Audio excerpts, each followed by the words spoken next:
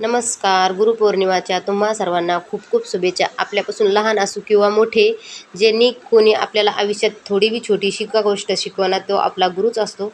तर चला सकाळी उठून मस्त देवाची पूजा केली, पाठ वगैरे वाचला. इथं सायंकाळचा टाईम होता, तेवढ्यात ते घरी आले. म्हटलं चला आपण केंद्रात जाऊन येऊ, मला गुरुपद घ्यायचं होतं त्यासाठी.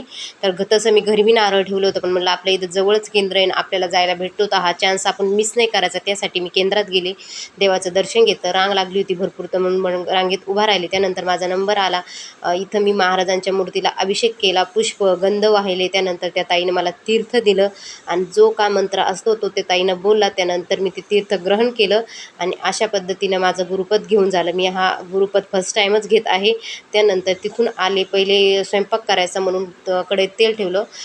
तेलामध्ये कांदा, बेसिक मसाले आपले जे खडे मसाले असतात ते टाकून दिले, मिरची, कढीपत्ता, त्यानंतर टमॅटो टाकून दिला आणि त्यानंतर सुके मसाले, हळदी पावडर, धने पावडर, जिरे पावडर, गरम मसाला हे सगळे टाकून मस्त परतून घेतले. त्यानंतर जेवढा मला रस्सा धरायचा होता तेवढं पाणी घालून घेतलं त्याच्यामध्ये आणि बटाटे, कुस्करलेला बटाटा टाकून दिला. श्रद्धाला अशीच भाजी आवडते, तिच्यासाठी मी ही भाजी बनवत होते.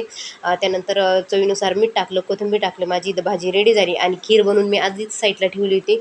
त्यानंतर पटापट पुऱ्या काढून घेतल्या आणि कांदा भजी करते, कारण की महाराजांचा कोणता बी सण असू दे, गुरुपौर्णिमा असू दे, दत्त जयंती असू दे, काही असू दे, मी कांदा भजी नैवेद्याला करते म्हणजे करतेच, कारण की महाराजांना ते खूप आवडी व प्रिय होते कांदा भजी. त्यासाठी त्यानंतर माझी इथं भजी वगैरे काढून झाले. मी लगेच इथं नैवेद्य ठेवला. नैवेद्य म्हणजे जास्त काय नव्हतं, पुरी, खीर, कांदा भजी आणि भात आणि भाजी.